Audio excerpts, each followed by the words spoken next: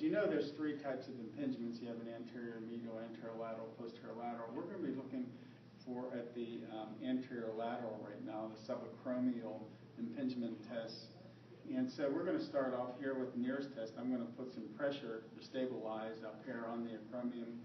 And I'm going to then just take the patient's arm passively all the way up over their head in a wrist neutral, etc. Just bring it up over the head to see if we can impinge any of those structures, the supraspinatus or the long-headed biceps tendon, or the bursa up underneath that, in that subacromial space. That's the nearest test. And next we're going to do is Hawkins Kennedy. You're going to have the patient bring their arm straight forward. And again, you're going to stabilize here. I'm going to reach up and take a hold of the patient's wrist, and I'm going to do some internal rotation to see if that will close the space more and impinge in there.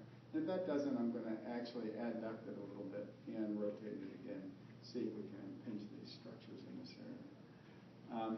For the anterior medial impingement, there's a couple of tests we're going to do. This is going to help us. Usually the impingement is a subscap, and it gets involved with the coracoid process. They sometimes call that a roller ringer effect. Two tests we're going to do. One is called the Liftoff Test. We're going to have the patient turn with their back to you. We'll have them bring their arm up against their back, and we're just going to have them do internal rotation because, of course, that's the action of the subscap. And we're going to have them just lift it straight off of the back. Very good, like that. And see if that causes them any pain, any weakness, etc. Then we're going to actually have a little bit of resistance to see how they do there. If there's any pain, any weakness, then you'll know that there's some problems taking place there with that subscap. Another test that we're going to do is a liftoff test. We're going to put the patient's hand on their opposite shoulder. Bear hug. I'm sorry, the bear hug test. We're going to do the bear hug test is we're going to then take the elbow, and we're going to make sure when we're lifting, we're going to try to lift the hand off of the patient's shoulder.